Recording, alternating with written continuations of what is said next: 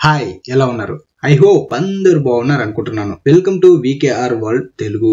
Demon slayer season 1 episode 3 starting లోనే demon slayers caps గురించి చూపిస్తారు. వీళ్ళు గత 100 సంవత్సరాల నుంచి డీమన్స్ ని చంపుతూ ఉంటారు. అలాగే వీళ్ళపై ఎలాంటి హై కమాండ్ ఉండదు. అలాగే మనకి డీమన్స్ ఎలా పుట్టాయని మాత్రమే ఈ కథలో చెప్పారు. వాటికి గాయాలైతే కొన్ని నిమిషాల్లోనే తగ్గించుకోగలవు. అలాగే వీటి ఫేవరెట్ ఫుడ్ మనుషుల్ని తినే ఇవి బతకగలవు. వీటిని చంపడానికి డీమన్స్ ని సన్ లైట్ లోకి తీసుకురావాలి, లేదంటే స్పెషల్ గా తయారు చేసిన కత్తితో మాత్రమే చంపగలరు. ఈ స్పెషల్ కత్తిలో సన్ లైట్ ని అబ్జర్వ్ చేసుకునే పవర్ ఉంటుంది. అందుకే దీనితో మాత్రమే డీమన్స్ ని చంపగలరు. ఈ డీమన్ స్లేయర్స్ మనుషుల్ని కాపాడడం కోసం డీమన్స్ ని చంపుతూ ఉంటారు. ఆ తర్వాత మనం మెయిన్ కథలోకి వస్తే అప్పుడే ఆ వ్యక్తి తాంజిరోకి ట్రైనింగ్ ఇస్తూ అంటాడు, నేను ఒక ట్రైనర్ ని, నా పని ఏంటంటే మనుషుల్ని కాపాడడానికి డీమన్ స్లేయర్స్ ని తయారు చేయడమే. నాలాగే ఇంకా చాలా మంది ట్రైనర్స్ ఉన్నారు, అందరూ వాళ్ళ పద్ధతిలో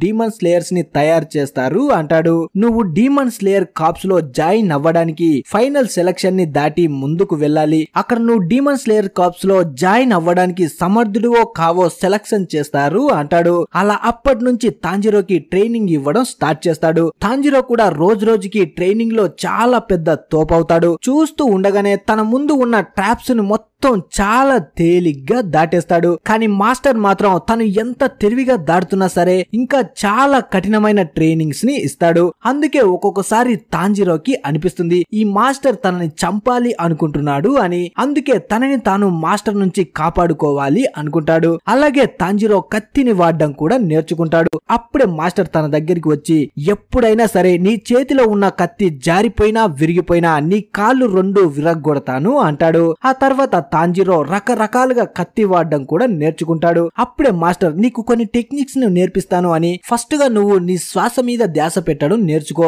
దీనివల్ల నీ హీలింగ్ పవర్ పెరుగుతుంది అంటాడు. కానీ ఇందులో కూడా తాంజిరో చాలా తప్పులు చేస్తాడు. తర్వాత మాస్టర్ తాంజిరోని ఒక పెద్ద నది దగ్గరికి తీసుకువెళ్లి పైనుంచి కిందకి తోసేస్తాడు. తర్వాత మనకి మాస్టర్ ఇంట్లో పడుకొని ఉన్న నెజుకో కనిపిస్తుంది. తను గత 6 నెలలుగా పడుకొనే ఉంటుంది. అసలు తను ఎందుకు పడుకొని ఉందో ఎవ్వరికి అర్థం కాదు. డాక్టర్ కూడా చూపిస్తారు, అయినా ఏమీ తెలీదు. అప్పుడే తాంజిరో అనుకుంటాడు, నాకు చాలా భయంగా ఉంది. ఒకరోజు నేను ఉదయం లేవగానే నెజుకో చనిపోయిందని తెలిస్తే నా పరిస్థితి ఏంటి అనుకుంటాడు. అలాగే ట్రైనింగ్ తీసుకుంటూ 1 సంవత్సరం గడిచిపోతుంది. అప్పుడే మాస్టర్ తాంజిరోతో అంటాడు, నేను నీకు మొత్తం నేర్పించాను, ఇప్పుడు ఏం చెయ్యాలి అనేది నువ్వే నిర్ణయించుకోవాలి. అప్పుడే నీకు తెలుస్తుంది నువ్వు నెక్స్ట్ లెవెల్ కి వెళ్తావో లేదో అంటాడు. తర్వాత మాస్టర్ తాంజిరోని ఒక పెద్ద రాయి దగ్గరికి తీసుకువెళ్తాడు. దాన్ని చూపిస్తూ, నువ్వు ఈ రాయిని 2 ముక్కలుగా చేస్తే నిన్ను నేను ఫైనల్ సెలక్షన్ కి తీసుకువెళ్తాను అంటాడు. దాంతో తాంజిరో, ఏ కత్తైనా సరే ఇంత పెద్ద రాయిని 2 ముక్కలుగా చేస్తుందా, ముసలోడికి మైండ్ దొబ్బింది అనుకుంటాడు. అంతలో మాస్టర్, నువ్వేం చేస్తావో తెలీదు, నేను చెప్పినట్టే చెయ్యని అక్కడి నుంచి మాయమైపోతాడు. ఇక అప్పటి నుంచి తాంజిరో రోజు ఆ రాయిని 2 ముక్కలుగా చేయడానికి ప్రాక్టీస్ చేస్తాడు. కానీ ఎంత ట్రై చేసినా ఏం చేసినా ఆ రాయికి చిన్న రంధ్రాన్ని కూడా చేయలేకపోతాడు.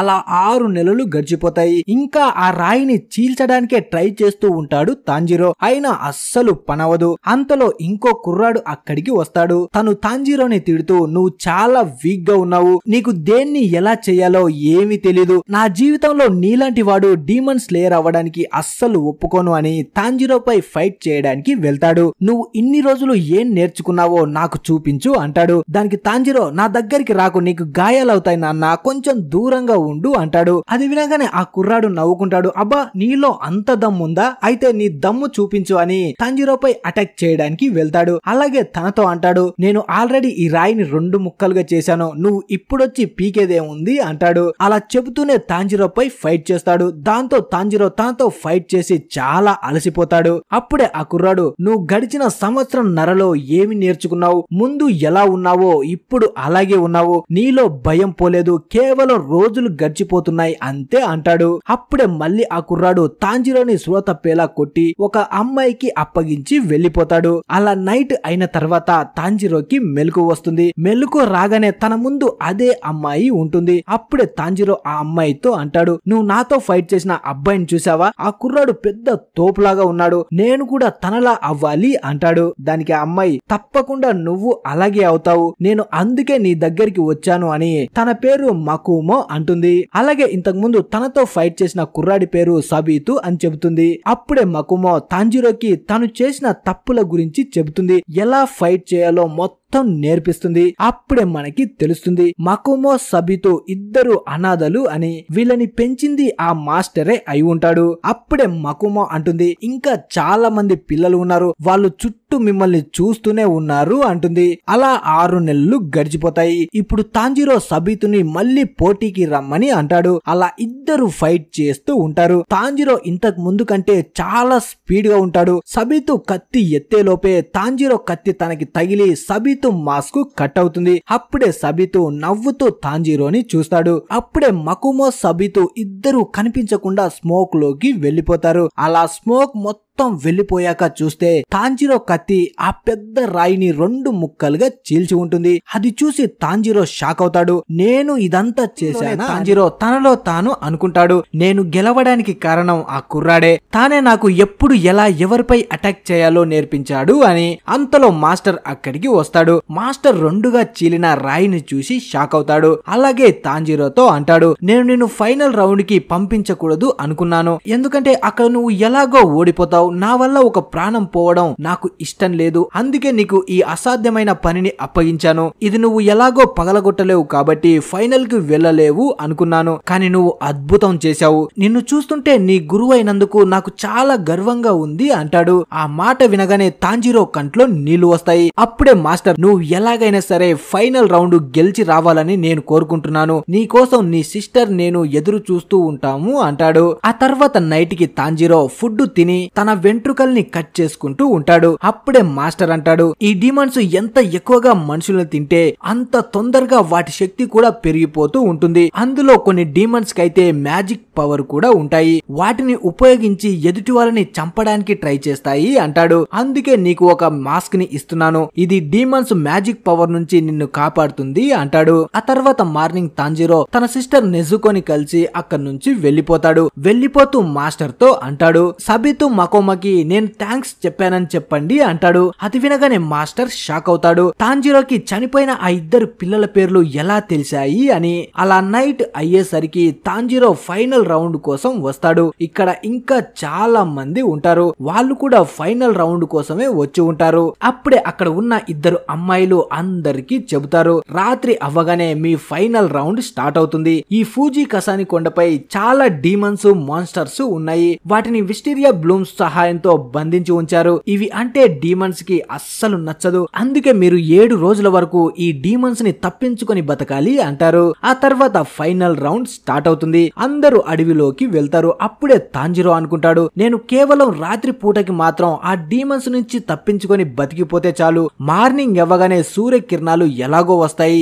అవి పడగానే డీమన్స్ మొత్తం కాలిపోతాయి అనుకుంటాడు. అప్పుడే తనకి తన పక్కన ఒక డీమన్ ఉన్నట్టు అనిపిస్తుంది. వెంటనే దాన్ని వెతుకుతూ ఉంటాడు. అంతలో సడన్ గా ఒక డీమన్ వచ్చి తాంజిరోపై అటాక్ చేస్తుంది. మనోడు మాత్రం అస్సలు భయపడకుండా దాని ఎదురుగా నిలబడతాడు. అప్పుడే ఇంకో డీమన్ అక్కడికి వస్తుంది. అవి తాంజిరోని వదిలేసి 2 డీమన్స్ ఫైట్ చేసుకుంటూ ఉంటాయి. వీడిని నేను తింటానంటే నేను తింటానని కొట్టుకుంటూ ఉంటాయి. అలా కొంతసేపటి తర్వాత 2 ఒకేసారి తాంజిరోపై అటాక్ చేయడానికి వస్తాయి. కానీ తాంజిరో దగ్గర ఉన్న తన స్పెషల్ కత్తితో ఆ డీమన్ తలని 2గా నరికేస్తాడు. దాంతో ఆ డీమన్స్ రాళ్లలాగా మారిపోతాయి. తర్వాత మనకి చూపిస్తారు, తాంజిరో దగ్గర ఉన్న ఆ కత్తిని తన మాస్టర్ ఇచ్చి ఉంటాడు. దీన్ని స్పెషల్ గా తయారు చేశారు. ఇది సూర్యకాంతిని తనలో అబ్జర్వ్ చేసుకుని ఉంటుంది. దీంతో డీమన్స్ ని పూర్తిగా నాశనం చేయొచ్చు. ఈ కత్తిని నితిరన్ స్వాడ్ అంటారు. అప్పుడే తాంజిరోకి ఒక అమ్మాయి అరుస్తున్న సౌండ్ వస్తుంది. వెంటనే తను అక్కడికి వెళ్తే అక్కడ ఒక పెద్ద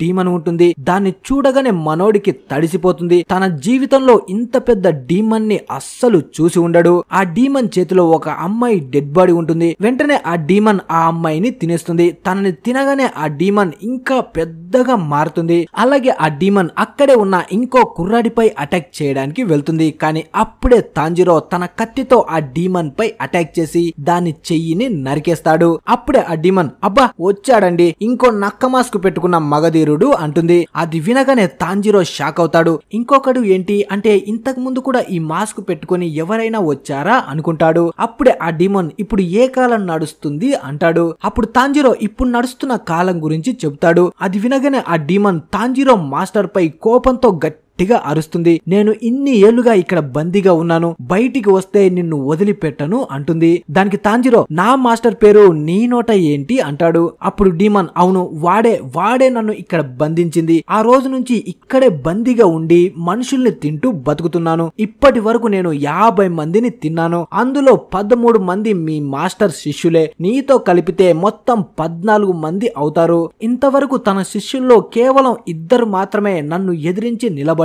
వాళ్ళలో సబితో అనే కుర్రాడు, ఇంకా మకుమో అనే అమ్మాయి. ఆ కుర్రాడు అందరికంటే చాలా పవర్ఫుల్ ఉన్నాడు. ఇక ఆ అమ్మాయి అయితే అంత పవర్ఫుల్ కాదు కానీ చాలా తెలివైంది అంటాడు. అదంతా వినగానే తాంజిరోకి దిమ్మ తిరిగిపోతుంది. ఏంటి నాతో మాట్లాడిన ఆ 2 చనిపోయారా అని. మళ్ళీ ఆ డీమన్ నీ మాస్క్ కూడా సేమ్ నీ మాస్టర్ మిగతా స్టూడెంట్స్ లాగే ఉంది అంటుంది. మిమ్మల్ని చూస్తూ ఉంటే ఒక్కొక్కసారి నాకు అనిపిస్తుంది నీ మాస్టర్ కి నాపై ప్రేమ ఎక్కువయ్యి నేను తినడానికి స్టూడెంట్స్ ని తయారు చేసి ఇక్కడికి పంపిస్తున్నాడేమో అనిపిస్తుంది అంటుంది. నీకు విషయం చెప్పనా, ఈ రోజు ఇదంతా నీకు చెప్పినట్టే ఆ రోజు ఆ అమ్మాయికి కూడా చెప్పాను. తను చాలా బాధపడింది. అయినా నేను వాళ్ళని వదిలిపెట్టకుండా చంపి తినేశాను. ఎలా చంపానో తెలుసా, తన బాడీలో ఉన్న ప్రతి భాగాన్ని ఒక్కొక్కటిగా చీల్చి తినేశాను అంటుంది. అది వినగానే తాంజిరోకి కోపం వస్తుంది. వెంటనే ఆ డీమన్ పై అటాక్ చేయడానికి వెళ్తాడు. అప్పుడే ఆ డీమన్ గట్టిగా తాంజిరోకి ఒక పంచి ఇచ్చి దూరంగా విసిరేస్తుంది. దాంతో తాంజిరో అక్కడే స్లో కోల్పోతాడు. తన మాస్క్ కూడా కింద పడిపోతుంది. అలా స్లో కోల్పోయిన తాంజిరో తన చిన్న తమ్ముణ్ణి చూస్తాడు. దాంతో సడన్ గా మేల్కువలోకి వస్తాడు. అప్పుడే ఆ డీమన్ మళ్ళీ తనపై అటాక్ చేయడానికి వెళ్తుంది. అప్పుడు తాంజిరో తన కత్తితో ఆ డీమన్ చేతుల్ని కట్ చేస్తాడు.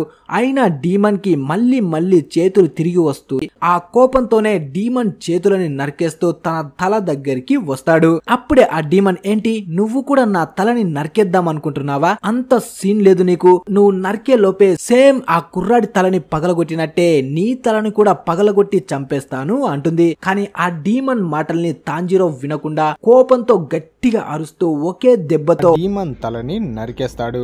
అలా ఎపిసోడ్ ముగుస్తుంది. మరి ఈ ఎపిసోడ్ మీకు నచ్చితే ప్లీజ్ కామెంట్ చేసి వీడియోని లైక్ చేసి ఛానల్ ని సబ్స్క్రైబ్ చేసుకోండి. ఈ వీడియో టార్గెట్ 100 లైక్స్. అలాగే మీకు డీమన్ స్లేయర్ లో మీ ఫేవరెట్ క్యారెక్టర్ ఏదో కూడా కింద కామెంట్ చేయండి. Thanks for watching.